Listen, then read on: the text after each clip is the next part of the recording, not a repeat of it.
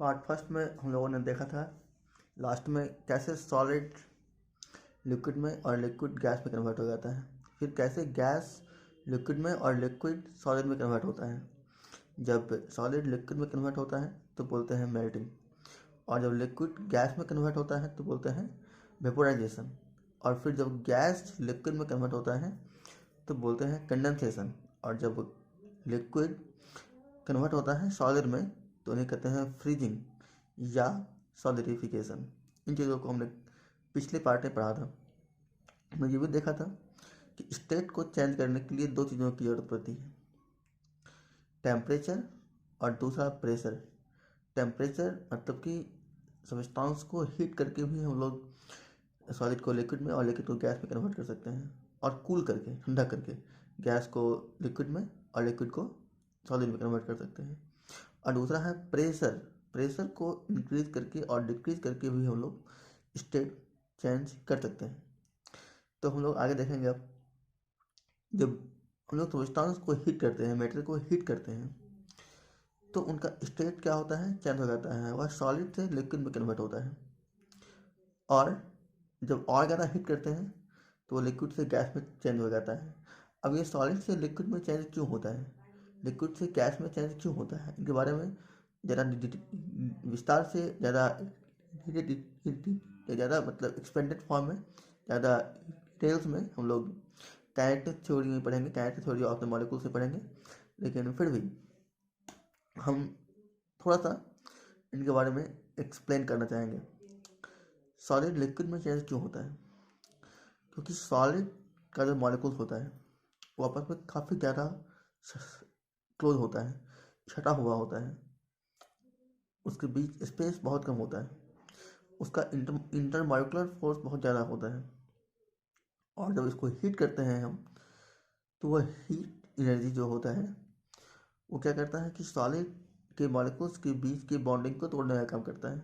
और जैसे ही सॉलिड और साथ साथ मॉलिक्यूल्स क्या होता है, जब हीट देते हैं तो वाइब्रेट करना शुरू कर देता है, और जब मॉलिक्यूल्स वाइब्रेट होता है तो मॉलिक्यूल्स और मॉलिक्यूल्स के बीच डिस्टेंस बढ़ जाता है। और जब दोनों दो मॉलिक्यूल्स के बीच डिस्टेंस बढ़ जाता है तो वही हमारा क्या है, लिक्विड स्टेट है। और इसी तरीके से सिमिलरली तो लिक्विड की हीट करते हैं तो और फिर उसकी जो काइनेटिक एनर्जी है, मतलब मॉलिक्यूल्स जो है और स्पीड से मूवमेंट करना स्टार्ट कर देता है, उनकी मोशन और ज़्यादा बढ़ जाता है, तो दो मॉलिक्यूल्स के बीच डिस्टेंस बहुत ज़्यादा बढ़ जाता है और वो मूव करने के लिए कम्प्लीटली फ्री हो जाता है। तो हम कहते हैं कि लिक्विड गैस गैस गैस में चेंज हो गया। तो ये हमारा एक सिंपल सा एक्सप्लेनेशन है, लेकिन kinetic theory of the molecules में थोड़ा देखेंगे और वगैरह विस्तार से। तो ये हम देखे थे कि कैसे हीट की वजह से हम लोग सॉलिड को लिक्विड में और लिक्विड को गैस में कन्वर्ट करते हैं, और जब ठंडा करते हैं तो गैस लिक्विड में और लिक्विड सॉलिड में कन्वर्ट होता है। अब देखेंगे प्रेशर के कारण क्या ये काम कैसे होता है प्रेशर की वजह से। फर्स्ट ऑफ ऑल, प्रेशर किसको बोलते हैं? प्रेशर इक्वल टू होता है force by area. One area में, ह्यूमिड एरिया में जो फोर्स लगता है उन्हें कहते हैं प्रेशर। तो प्रेशर जब डिक्रीज होता है तो क्या होता है, लिक्विड इवेपोरेट होता है, और ये गैसेस स्टेट में क्या होता है, चेंज हो जाता है। और जब प्रेशर डिक्रीज होता है तो क्या होता है, गैस लिक्विफाई होता है, मतलब कि गैस जो है लिक्विड के फॉर्म में चेंज हो जाता है। ठीक है, तो एक्चुअली प्रेशर जो है टेम्परेचर पर डिपेंड करता है। मतलब जब हम आगे पढ़ेंगे Charles law, white law, Avogadro law, gas law में देखेंगे इस चीज़ को हम लोग। तो प्रेशर क्या होता है कि टेम्परेचर का इन्वर्सली प्रोपोर्शनल होता है। टेम्परेचर का प्रेशर क्या होता है, इन्वर्सली प्रोपोर्शनल होता है। जब टेम्परेचर इंक्रीज करता है तो प्रेशर डिक्रीज करता है, और जब टेम्परेचर डिक्रीज करता है तो प्रेशर इंक्रीज करता है।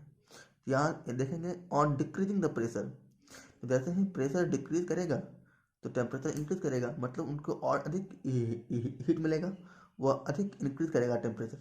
और जब टेम्परेचर इंक्रीज करेगा तो सॉलिड क्या होगा, लिक्विड में चेंज होगा, या लिक्विड क्या होगा, इवेपोरेट होगा। ठीक है, और प्रेशर जब इंक्रीज करेगा तो क्या होगा, टेम्परेचर डिक्रीज करेगा। दैट मीन्स गैस क्या होगा, लिक्विफाई होगा। लिक्विड में चेंज होगा और आगे लिक्विड चेंज होगा सॉलिड में। तो ये देखें हम लोग, अब वाटर के स्टेट में भी क्या होता है, चेंजिंग होता है। It can be change to water on heating it above 0 degree centigrade. जब हम लोग वाटर को 0 डिग्री सेंटीग्रेड के एबव हीट करते हैं तो वो क्या होता है, उनका स्टेट चेंज होता है। It can be change to water on heating above 0 degree centigrade.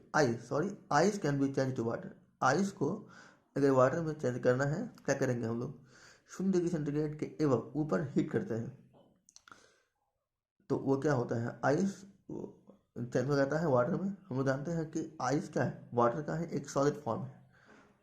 Water क्या है, आइस का ही, मतलब आइस क्या है, वाटर का ही एक सॉलिड फॉर्म है। और आइस को जब हीट करते हैं तो ऑब्वियसली है कि उनका मॉलिक्यूल्स के बीच डिस्टेंस बढ़ता है। मॉलिक्यूल्स क्या करता है, मूव होने के लिए फ्री होता है, तो धीरे धीरे क्या होता है, वाटर के फॉर्म में चेंज हो जाता है। अब वाटर को जब हम लोग 100 डिग्री सेंटीग्रेड के ऊपर अप टू 100 डिग्री सेंटीग्रेड तक जब गर्म करते हैं तो वो क्या होता है कि लिक्विड जो है स्टीम में चेंज हो जाता है। लिक्विड चेंज हो जाता है स्टीम में। देखें हम लोग कैसे हम लोग सॉलिड को हीट करके वाटर को हीट करके गैस में चेंज आसानी से कर दिए। अब फिर जब हम लोग गैस को कूल करते हैं तो क्या बन जाता है, वाटर। और ऐसे वाटर को कूल करते हैं तो बन जाता है सॉलिड। ऐसे ही वैक्स के स्टेट, मोम, वैक्स मतलब मोम होता है, वैक्स के स्टेट में भी चेंज होता है। सॉलिड वैक्स को जब हीट करेंगे तो वो बनाएगा लिक्विड वैक्स, और जब लिक्विड वैक्स को हीट करेंगे तो बनाएगा मेरा वैक्स वेपर। और जब मेरा वैक्स वेपर ऑक्सीजन से रिएक्ट करता है, जब ऑक्सीजन के संपर्क में आता है, जब ऑक्सीजन से कनेक्ट होता है तो बर्न होता है। इसका एक अच्छा सा एग्जाम्पल है मोमबत्ती, कैंडल। तो जब हम लोग कैंडल को जलाते हैं तो क्या देखते हैं हम लोग, तो विक के नियर जो वैक्स होता है वह मेल्ट होता है, पिघलता है और विक के ऊपर ऊपर चढ़ता है। The candle is made of solid wax. जानते होंगे कि कैंडल जो होता है सॉलिड वैक्स मिलकर बना होता है। और जब कैंडल को हम जलाते हैं तो क्या होता है, तो विक के जो नियर होता है वैक्स वो मेल्ट होता है। द मॉल्टन वैक्स राइज अप, और मॉल्टन वैक्स जो होता है ऊपर उठता है, मतलब विक की तरफ, and is convert into wax vapour. तो वही क्या होता है, वैक्स वेपर में कन्वर्ट हो जाता है। तो इनको हम लोग देखें इस चीज़ को। अब यहाँ पर एक इम्पोर्टेंट है लेटेंट हीट। लेटेंट हीट को समझेंगे कि लेटेंट हीट किसको बोलते हैं। लेटेंट का मतलब ये होता है हिडन, छुपा हुआ, जो कि दिखाई नहीं पड़ता है। Temperature does not change while a solid substance is melting or a liquid substance is boiling or during the reverse tense। Temperature जो है, जब हम लोग सॉलिड सब्सटेंस को मेल्ट करते हैं तो एक डिफिनिट टेम्परेचर के बाद क्या होता है, हमारा टेम्परेचर में कोई चेंजिंग नहीं आता है। और जब लिक्विड सब्सटेंस जब मेरा बॉयल होता है तो उससे में क्या होता है, एक सर्टेन टेम्परेचर के बाद वो चेंज नहीं होता है। और ड्यूरिंग द रिवर्स चेंज में ऐसा होता है because the energy involve is use to enable the change of state to take place. क्योंकि एनर्जी जो होता है वह स्टेट को चेंज करने में इन्वॉल्व हो जाता है, स्टेट को चेंज करने में इन्वॉल्व हो जाता है, इसलिए टेम्परेचर जो है राइज नहीं हो पाता है। This energy is heat and heat. वह जो एनर्जी होता है वो क्या किस फॉर्म में होता है, वो रहता है हीटन के फॉर्म में, और इज कॉल्ड लेटेंट हीट। उसको कहते हैं हम लोग बोलते हैं लेटेंट हीट, जो दिखाई नहीं पड़ता है। दैट मीन्स इसको कह सकते हैं लेटेंट हीट या हिडन हीट भी बोल सकते हैं।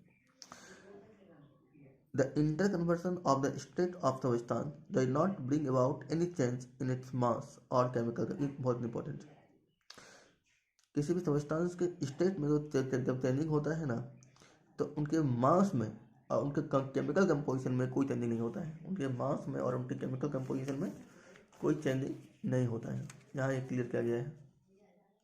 The inter conversion of the state of A substance substance के स्टेट में जो चेंजिंग होता है does not bring about any change in its मास, उसके तो इससे उसके मास में कोई चेंजिंग नहीं होता है और उनका केमिकल कंपोजिशन भी नहीं बदलता है। फॉर एग्जांपल कि आइस क्या है, आइस में भी पानी का मॉलिक्यूल होता है, H2O का मॉलिक्यूल होता है, और जब लोग आइस को हीट करते हैं तो वाटर बनता है। तो जितना वेट हम लोग लेते हैं आइस का, तो हीट करने के बाद जो वाटर बनता है तो उनका मास भी वही रहता है रहता है। साथ ही आइस का जो हमारा जो कंपोजिशन है, जैसे कि वाटर में जो उनका रेशियो होता है, तो वही रेशियो किसका, आइस में जो वाटर का रेशियो है, वाटर का H2O का रेशियो है, तो वही सेम रेशियो कहाँ होता है, पानी बनने के बाद भी होता है।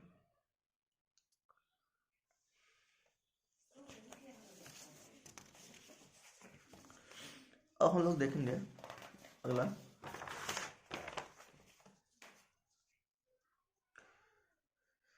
लेकिन जितने भी सब्सटेंस हैं वो सभी सब्सटेंस जो है एक स्टेट से दूसरे स्टेट में चेंज नहीं हो पाता है। All substance can not be change from one state to the other. Example के फॉर्म में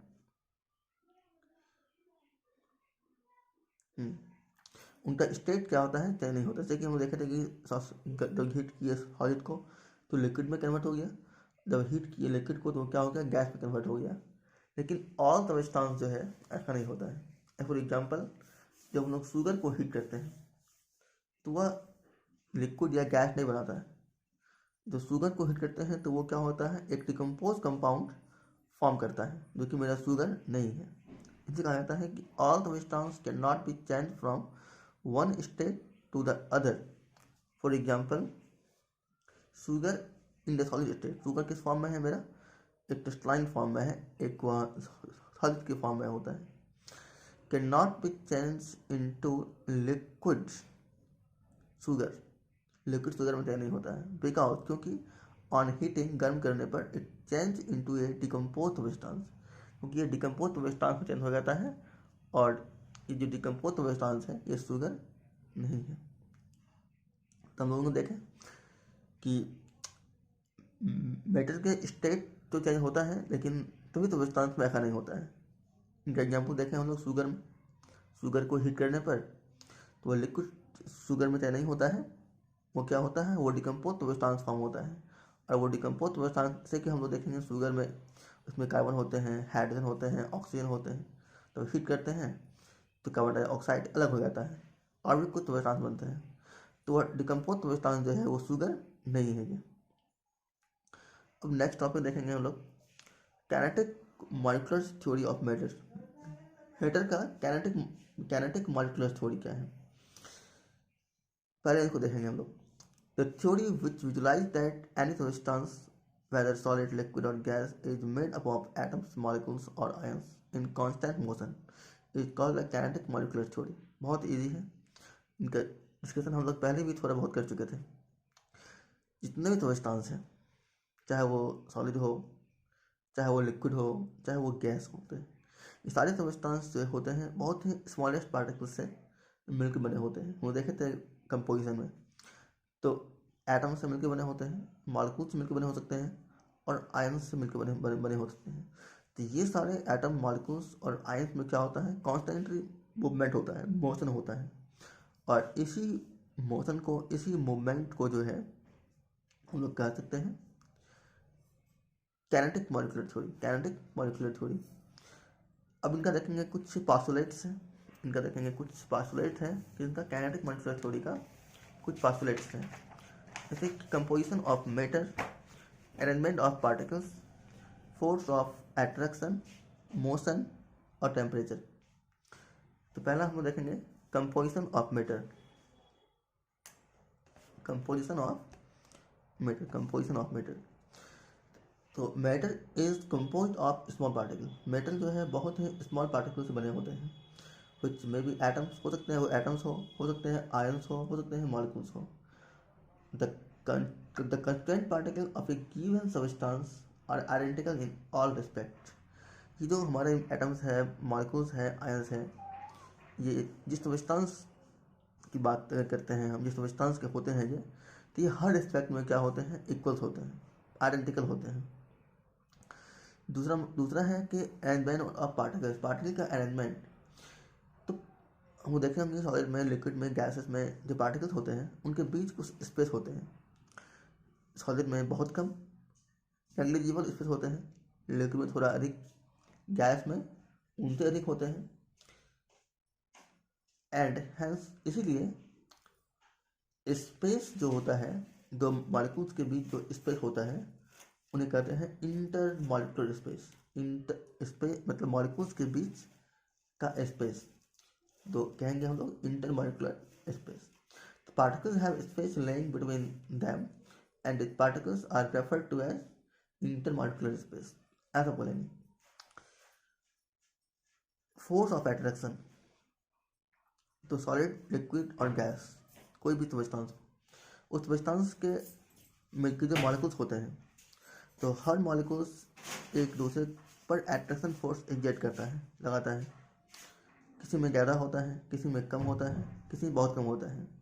सॉलिड में अट्रैक्शन फोर्स बहुत ज़्यादा होता है, लिक्विड में कम होता है और गैसेस में बहुत कम होता है, नेग्लिजिबल होता है। तो फोर्स ऑफ अट्रैक्शन की बात करेंगे हम लोग, तो मॉलिक्यूल्स के बीच जो अट्रैक्शन फोर्स होता है किसी सब्सटेंस में, इसे कहते हैं हम लोग इंटर मॉलिक्यूलर फोर्स। पहले देखे थे हम लोग कि मॉलिक्यूल के बीच जो स्पेस था उन्हें कहते हैं इंटर मॉलिक्यूलर स्पेस। अब हम देखेंगे कि मॉलिक्यूल के बीच जो फोर्स लगता है उन्हें कहेंगे इंटर मॉलिक्यूलर फोर्स। तो ये जो फोर्स का मैग्नीट्यूड होता है, कितना फोर्स लग रहा है, कितना कम, कितना ज़्यादा, यह डिपेंड करता है सब्सटेंस के स्टेट पर। सब्सटेंस किस स्टेट में है, यदि सब्सटेंस सॉलिड में है तो अधिक फोर्स लगेगा, लिक्विड में है तो कम फोर्स लगेगा, गैस में है तो और भी कम फोर्स लगेगा। और इंटरमोलिकुलर स्पेस पर भी डिपेंड करता है। तो ऑब्वियसली है कि सॉलिड में इंटरमोलिकुलर स्पेस बहुत कम होता है, लिक्विड में थोड़ा ज़्यादा होता है और गैस में उससे भी ज़्यादा होता है। लास्ट देखेंगे, नेक्स्ट पॉइंट हमारा है मोशन। तो मॉलिक्यूल्स जो होते हैं किसी भी सॉलिड, लिक्विड और गैस के, वो हर वक्त क्या होता है, मोशन में होता है। हर वक्त वो कॉन्स्टेंटली मूव करते रहता है। और सॉलिड में क्या होता है कि यह जो मॉलिक्यूल्स होता है यह मेन पोजीशन के अराउंड जो है वाइब्रेट करता है, और लिक्विड और गैस में रैंडमली मूव करता है जिग जैग में। तो इस मोशन की वजह से क्या होता है कि मॉलिक्यूल्स में क्या होते हैं, एक काइनेटिक एनर्जी होते हैं। और हम लोग जानते होंगे काइनेटिक एनर्जी क्या होता है, ऐसे पार्ट फिजिक्स का है। फिर भी कोई ऑब्जेक्ट अगर स्थिर है तो उनके वजह से जो उनमें एनर्जी होता है उन्हें कहते हैं पोटेंशियल एनर्जी। और जैसे ही ऑब्जेक्ट को फेंकते हैं, जैसे ही ऑब्जेक्ट में मूवमेंट आ जाता है, तो मूवमेंट की वजह से जो उसमें एनर्जी आता है उन्हें कहते हैं काइनेटिक एनर्जी। और काइनेटिक एनर्जी इक्वल टू होता है half M V square. Half M V square मतलब कि half multiply mass multiply velocity का स्क्वायर, ये हमारा काइनेटिक एनर्जी है। सॉलिड, लिक्विड और गैस के केस में काइनेटिक एनर्जी के चेंज होने की वजह से, बढ़ने की वजह से ही हमारा सॉलिड क्या होता है, लिक्विड में चेंज होता है। क्योंकि काइनेटिक एनर्जी बढ़ेगा तो मॉलिक्यूल्स के बीच का जो गैपिंग होता है, स्पेस होता है, बढ़ेगा। इंटर मॉलिक्यूलर फोर्स घटेगा तो वो चेंज हो जाएगा लिक्विड में। और ऐसे ही जब लिक्विड के मॉलिक्यूल का काइनेटिक एनर्जी बहुत बहुत ज़्यादा बढ़ जाएगा तो इंटर मॉलिक्यूलर स्पेस बहुत ज़्यादा बढ़ जाएगा और इंटर मॉलिक्यूलर फोर्स क्या होगा, घट जाएगा, तो वो गैस में चेंज हो जाएगा। तो काइनेटिक एनर्जी के बढ़ने की वजह से क्या होता है, स्टेट में चेंजिंग होता है। और जब काइनेटिक एनर्जी घटता है तो भी स्टेट चेंज होता है। क्योंकि अगर गैस का काइनेटिक एनर्जी घटेगा तो बनाएगा लिक्विड, और अगर लिक्विड का काइनेटिक एनर्जी घटेगा तो बना लेगा सॉलिड। अब है टेम्परेचर। टेम्परेचर जब बढ़ता है तो क्या होता है, सॉलिड, लिक्विड एक किसी दो स्थान में, तो काइनेटिक एनर्जी बढ़ जाता है। हीटिंग जब हीट करते हैं उनको तो मॉलिक्यूल्स का जो काइनेटिक एनर्जी होता है वो इंक्रीज करता है और वो अधिक फास्टर मूव करना शुरू कर देता है। तो हम लोग जो है डिस्कस कर सकते हैं, करते के बारे में काइनेटिक मॉलिक्यूलर थ्योरी, मतलब मैटर के काइनेटिक मॉलिक्यूलर थ्योरी के बारे में डिस्कस कर रहे हैं हम लोग। तो अब इनका अलग अलग देखेंगे, सॉलिड में, लिक्विड में, गैसेस में कैसे कैसे होता है, कैसे कैसे वो काइनेटिक मॉलिक्यूलर थ्योरी पर डिपेंड करता है। तो state of matter and kinetic molecular theory. तो देखेंगे फर्स्ट में सॉलिड में, देखिए ये हमारा क्या है, एक स्टेट है सॉलिड का। जितने ही मॉलिक्यूल्स हैं बहुत ही स्ट्रांगली क्लोज पैक्ड है, इनके बीच स्पेस बहुत कम है। तो स्पेस बहुत कम होगा तो मतलब इनका जो इंटर मॉलिक्यूलर स्पेस होगा बहुत कम होगा। तो ऑब्वियसली है कि दोनों के बीच जो अट्रैक्शन फोर्स होता है वो क्या लगेगा, वो अधिक लगेगा। तो इंटर मॉलिक्यूलर अट्रैक्शन भी इनका बहुत ज़्यादा होगा। The molecules are closely packed, that is the intermolecular space is negligible। ये closely packed है और इनका जो intermolecular space है ये पार्ट ये पार्ट ये पार्ट ये पार्ट ये पार्ट ये पार्ट ये बहुत ही क्या है, बहुत ही कम है। इसको हम बोल सकते हैं negligible। Second, the molecules have mean fixed position। Molecule का क्या होता है, एक मीन फिक्स्ड पोजिशन होता है, इनका एक स्थिर मतलब पोजिशन होता है, वो अपने पोजिशन से यहाँ वहाँ नहीं हो सकते हैं। The molecules are arranged in definite manner. ये मॉलिक्यूल्स जो है एक डेफिनेट मैनर में, डेफिनेट ऑर्डर में, एक सही तरीके से अरेंज होते हैं। There is strong force of attraction between them. तो मॉलिक्यूल के बीच जो अट्रैक्शन फोर्स होता है बहुत ही ज़्यादा होता है। पहले ही हम लोग डिस्कस किए हैं इंटर मॉलिक्यूलर अट्रैक्शन क्या होता है, इनमें सॉलिड में बहुत ज़्यादा होता है। इस तरह से सॉलिड हैज क्रिस्टलाइन स्ट्रक्चर। इनका कैसा होता है, एक क्रिस्टल के फॉर्म में होता है, वो क्रिस्टलाइन स्ट्रक्चर होता है with both different shape and size. उनका जो है साइज और शेप क्या होता है, डिफरेंट होता है, और वॉल्यूम भी होता है डिफरेंट। वॉल्यूम भी क्या होता है इनका, डिफरेंट होता है। तो ये हम देख लिए सॉलिड का।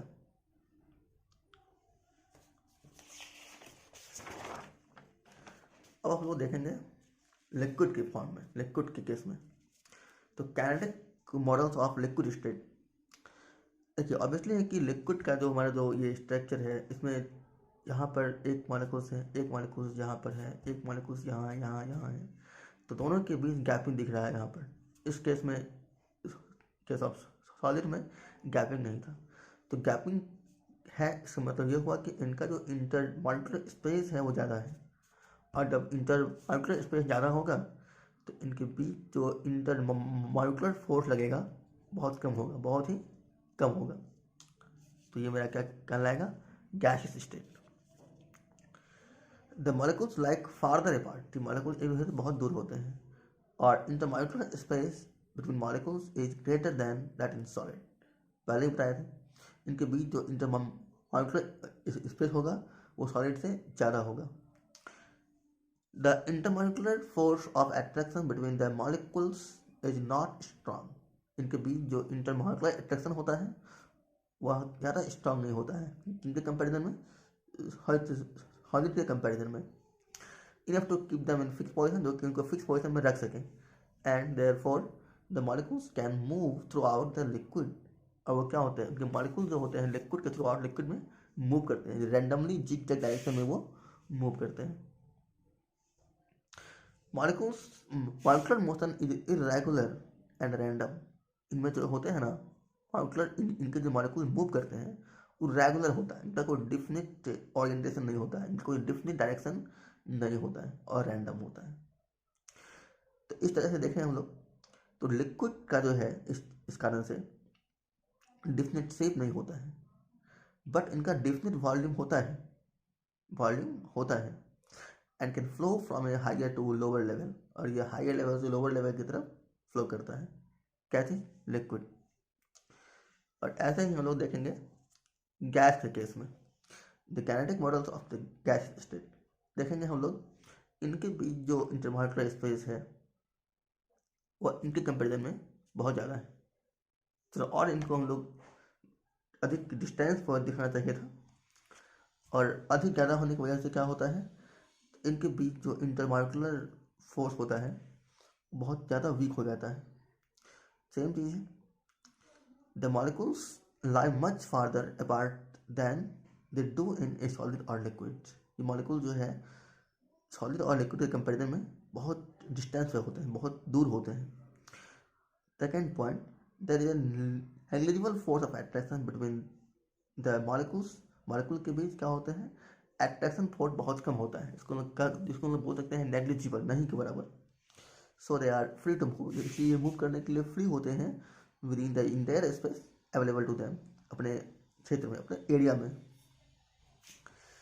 The molecules move much faster than the do in liquids. Liquid के जो मॉलिक्यूल होते हैं वो कितने फास्ट मूव करते हैं, उससे बहुत ज़्यादा अधिक फास्ट जो है इनके मॉलिक्यूल मूव करते हैं। And therefore they possess much more kinetic energy, और इसलिए इनमें काइनेटिक एनर्जी क्या होता है, ज़्यादा होता है। They are in fact in state of incessant random motion, इसलिए इनका मोशन क्या होता है, काफ़ी अधिक रैंडमली में मूव करता है, रैंडम मोशन, क्योंकि इनका भी रैंडम होता है, इरेगुलर होता है, इनका रैंडम होता है और इरेगुलर होता है। Moving in all possible direction at all possible speed, मतलब कि इनका सभी डायरेक्शन में ये मूव कर सकता है, और जितना भी संभव हो सके ये अपने स्पीड से मूव कर सकते हैं, इनकी कोई डेफिनेट स्पीड नहीं हो सकता है। ड्यूरिंग दिस मोशन, इस मोशन में क्या होता है, the molecules collide with one another, molecule जो है एक दूसरे से, ये इससे, ये इससे, ये इससे, ये इससे कोलाइड, ऐसे ये इससे, ये इससे दिखा सकते हैं इसको, ये इससे, ये इससे, ये इससे, ये इससे, ये इससे मॉलिक्यूल्स जो है क्या करते हैं, कोलाइड करते हैं। And also with the wall of the current vessels, और जिस बर्तन में, जिस वेसल में ये मॉलिक्यूल्स रखा हुआ है उनके वॉल से भी ये क्या करता है, ये कोलाइड करता है molecules. Which etch collision the direction and the speed of the molecules change, और क्या होता है, जितनी बार होता है कोलिजन उतनी बार मॉलिक्यूल का जो स्पीड होता है और उनका डायरेक्शन जो होता है वो चेंज होते रहता है, वो एक स्थिर नहीं रहता है, वो डायरेक्शन और उनका जो स्पीड होता है वो चेंज होते रहता है, वो बदलते रहता है। ऑब्वियसली है कि जब ये मॉलिक्यूल तुम्हारा इस वहाँ टकराएगा तो ये वाल जो है इसको स्पीड को क्या करेगा, रोकता है, रिस्ट्रिक्ट करता है, तो इनका स्पीड घटेगा, और वो घटेगा तो ऑब्वियसली है कि अगर ये इस डायरेक्शन में मूव कर रहा था तो यहाँ इस साइड हो जाएगा, ये इस तरीके से मूवमेंट क्या होगा, स्पीड भी घटेगा और डायरेक्शन में क्या होगा, इनका चेंज होगा। तो नेक्स्ट हम लोग देखेंगे गैस क्या करता है, एक प्रेशर एग्जर्ट करता है to the continuous bombardment by its molecules on the wall of the container.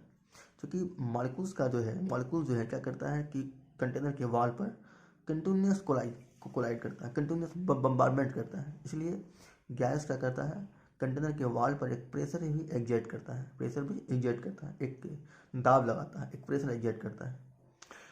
तो इस तरीके से gas has neither A definite shape nor a definite volume, gas का ना तो एक डिफिनिट शेप होता है और ना ही एक क्या होता है, डिफिनिट वॉल्यूम होता है। But it can flow and is easily compressible, ये फ्लो कर सकता है और आसानी से कंप्रेसिबल हो सकता है। ध्यान देना होगा, कुछ बातें होती हैं एक्सेप्शनल, सॉलिड में एक होता है एक्सेप्शन, स्पंज भी हमारा सॉलिड है लेकिन यह जो है कंप्रेस हो सकता है। हम लोग आगे पढ़े होंगे या नहीं पढ़े हैं, जानना चाहिए कि सॉलिड की जो कंप्रेसिबिलिटी होती है बहुत ही लो होता है, वो कंप्रेस होता नहीं है। लेकिन स्पंज जो होता है वो होता है सॉलिड, लेकिन ये कंप्रेस हो सकता है, क्योंकि स्पंज में क्या होता है, उनमें बहुत छोटे छोटे पोर्स होते हैं और उनके अंदर एयर भरे होते हैं। जैसे ही उनको कंप्रेस करते हैं तो एयर क्या होता है, बाहर निकलता है, तो इजीली कंप्रेस हो जाता है वो। और since liquid and gas can flow easily, हम लोग इजीली फ्लो करता है। आप देखते होंगे लिक्विड, जैसे ही पानी को जैसे ही हम लोग फर्श पर डालते हैं तो पानी फ्लो हो जाता है, गैस को छोड़ते हैं तो गैस एटमॉस्फेयर में की तरफ उसकी मूवमेंट शुरू हो जाता है। तो लिक्विड और गैस में क्या होता है, फ्लो होता है, और इसीलिए इन्हें कहते हैं fluids, they are known as fluid, इन्हें हम लोग कह रहे हैं फ्लूइड कहते हैं। अब नेक्स्ट टॉपिक हम लोग देखेंगे change in state of matter, matter के स्टेट में चेंजिंग। काइनेटिक मॉलिक्यूलर थ्योरी के बेस पर इनको हम लोग एक्सप्लेन करेंगे। तो जब हम लोग सॉलिड को चेंज करते हैं लिक्विड में तो उन्हें मेल्टिंग बोलते हैं, और जब लिक्विड को चेंज करते हैं गैसेस में तो उन्हें बोलते हैं वेपोराइजेशन, और जब हम लोग वेपर को चेंज करते हैं लिक्विड में बाय कूलिंग, ये कहते हैं कंडेंसेशन। और इसी तरीके से जब हम लोग लिक्विड चेंज होता है सॉलिड में, ये कहते हैं फ्रीजिंग या बोलते हैं सॉलिडिफिकेशन। तो पहले देखेंगे मेल्टिंग। देखेंगे पहले हम लोग melting. The process of change of solid substance to its liquid state at a particular temperature is called melting और फ्यूजन। सॉलिड सब्सटेंस एक पार्टिकुलर टेम्परेचर पर जब लिक्विड सब्सटेंस में चेंज हो जाता है उन्हें कहते हैं मेल्टिंग और बोलते हैं फ्यूजन। इसमें क्या होता है कि हीट एनर्जी सप्लाई होता है। Heat energy supply to the solid is absorb, मतलब कि हम लोग जो हम लोग सॉलिड को हीट एनर्जी देते हैं वह उनका मॉलिक्यूल क्या करता है, एब्जॉर्ब कर लेता है, मॉलिक्यूल गेन कर लेता है हीट एनर्जी को। और इससे क्या होता है, मॉलिक्यूल का जो काइनेटिक एनर्जी होता है वो बढ़ जाता है। काइनेटिक एनर्जी बढ़ेगा, मॉलिक्यूल्स का काइनेटिक एनर्जी बढ़ेगा। हम पहले देखे थे जब जब हीट बढ़ाते हैं तो काइनेटिक एनर्जी बढ़ जाता है, और जब काइनेटिक एनर्जी बढ़ जाता है तो क्या होता है, सॉलिड का जो मॉलिक्यूल होता है एक दूसरे से कुछ दूर हो जाता है और वो मूव करने के लिए फ्री हो जाता है। The kinetic energy increase the rate of vibration of the molecules, मतलब कि जैसे ही काइनेटिक एनर्जी जो है हमारा जो कि एक्वायर्ड किया, जो कि प्राप्त किया मॉलिक्यूल्स, तो उससे क्या होता है कि मॉलिक्यूल का वाइब्रेशन बढ़ेगा। जितना अधिक काइनेटिक एनर्जी एक्वायर करेगा उतना अधिक मॉलिक्यूल का वाइब्रेशन बढ़ेगा। The force of attraction no longer hold the molecules together. तो मतलब कि अब उसके बाद क्या होता है कि अट्रैक्शन फोर्स जो होता है वो मॉलिक्यूल्स को होल्ड करने के लिए बहुत ज़्यादा नहीं होता है, बहुत अधिक देर तक जो है मॉलिक्यूल्स को होल्ड नहीं कर सकता है। कब, काइनेटिक एनर्जी के बढ़ने के बाद वो छोड़ देता है फ्री मूव करने के लिए, मतलब कि अट्रैक्शन फोर्स क्या होता है, कम हो जाता है। When the vibration become rather strong, जब मेरा वाइब्रेशन बहुत ज़्यादा होगा, the molecules from the surface of the solid liquid, तो लिक्विड के सरफेस से मॉलिक्यूल क्या होगा, फ्री हो जाएगा, एंड द सॉलिड और सॉलिड से भी start to change into liquid, और फिर क्या होगा, वो लिक्विड में चेंज होना शुरू हो जाएगा। तो ऐसे ही हमारा सॉलिड से लिक्विड में चेंज होता है और लिक्विड से गैसेस में चेंज होता है। एक इम्पॉर्टेंट बात, मेल्टिंग पॉइंट जो है डिपेंड करता है किस चीज़ पर, प्रेशर पर। Melting point, the melting point, इसको से देखेंगे हम लोग, the melting point increase when the pressure is increase. The pressure increase करेगा तो मेल्टिंग पॉइंट फिर इंक्रीज करेगा।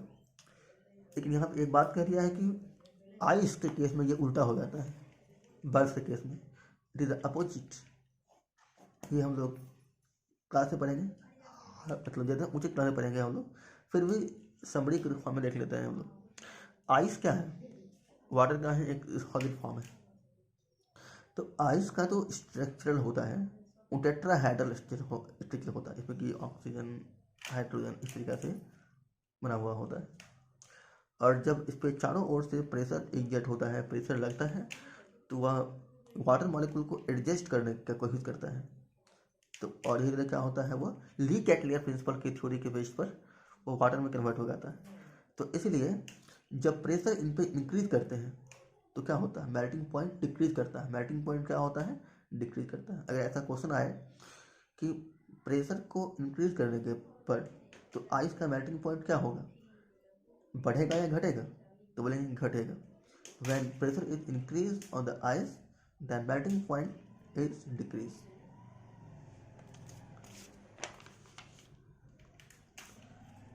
अब देखेंगे हम लोग फ्रीजिंग। इस फ्रीजिंग को हम लोग बोलते हैं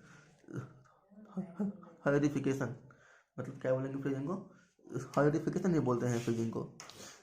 सॉलिड के फॉर्म में इसे देखेंगे हम लोग कि जब लिक्विड को हम लोग बहुत ठंडा करते हैं तो वो फ्रीज हो जाता है, वो एक आइस के फॉर्म में आ जाता है, एक सॉलिड के फॉर्म में आ जाता है, तो freezing. The process of change of matter from liquid state to solid state at particular temperature. Particular temperature पर जब हमारा मैटर जो है लिक्विड से कन्वर्ट हो जाता है सॉलिड में, तो इज कॉल्ड फ्रीजिंग और सॉलिडिफिकेशन। उसे ही कहते हैं फ्रीजिंग और सॉलिडिफिकेशन बोलेंगे। देखेंगे जब हम लोग लिक्विड को कूल करते हैं, ठंडा करते हैं, the kinetic energy of the molecules, molecule का जो काइनेटिक एनर्जी होता है वो घटता है। ये बात बताए थे, जब हम लोग हीट करेंगे तो मॉलिक्यूल का जो काइनेटिक एनर्जी होता है बढ़ेगा, लेकिन यदि हम ठंडा करेंगे मतलब कि हीट निकालेंगे, हीट जब उससे हम लोग रिलीज करते हैं तो क्या होता है, काइनेटिक एनर्जी डिक्रीज होता है। और इस कारण से क्या होता है, due to the decrease kinetic energy the molecule cool down, molecule ठंडा होता है एंड कम क्लोजर, और क्या होता है मॉलिक्यूल एक दूसरे के नज़दीक आता है और रिड्यूसिंग द इंटरमॉलिक्यूलर स्पेस। और जब मॉलिक्यूल एक दूसरे के नज़दीक आएगा तो गैपिंग घटेगा, तो इंटरमॉलिक्यूलर स्पेस क्या होता है, रिड्यूस होता है। और अट्रैक्शन फोर्स भी क्या होता है, इंक्रीज करता है। तो इंटरमॉलिक्यूलर स्पेस जैसे ही रिड्यूस होगा तो अट्रैक्शन फोर्स क्या होगा, बढ़ेगा। और क्या होता है, परिणाम में क्या होता है, the result the molecules arrange themself in a regular compact manner. और हमारा मॉलिक्यूल जो होता है वो एक रेगुलरली और एक सही तरीके से क्या होता है वो अरेंज हो जाता है। The molecules are no longer in a position to the free और to migrate, therefore the solid change into liquid. तो मॉलिक्यूल्स जो होते हैं, the molecules are no longer in a position to be free होने के लिए हमारे जो उस पोजिशन से फ्री होने के लायक मॉलिक्यूल नहीं रहता है, और to migrate therefore the liquid change to solid. फिर क्या होता है, लिक्विड जो है सॉलिड में चेंज हो जाता है। और लास्ट देखेंगे freezing point.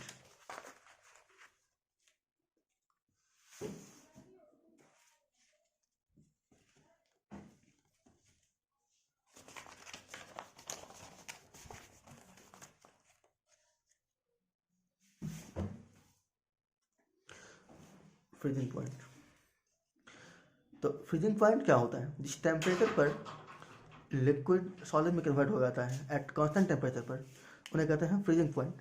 The constant temperature at which liquid change into solid by giving out heat energy, जब हम लोग हीट एनर्जी बाहर निकालते हैं तो इस कॉल्ड है freezing point of the solid, जिसे कहते हैं सॉलिड का फ्रीजिंग पॉइंट। तो हर सॉलिड का फ्रीजिंग पॉइंट अलग अलग होता है, बॉइलिंग पॉइंट, मेल्टिंग पॉइंट भी अलग अलग होता है, वो देखेंगे नेक्स्ट पार्ट में। ये वीडियो हमारा लेसन 1 का पार्ट 2 था।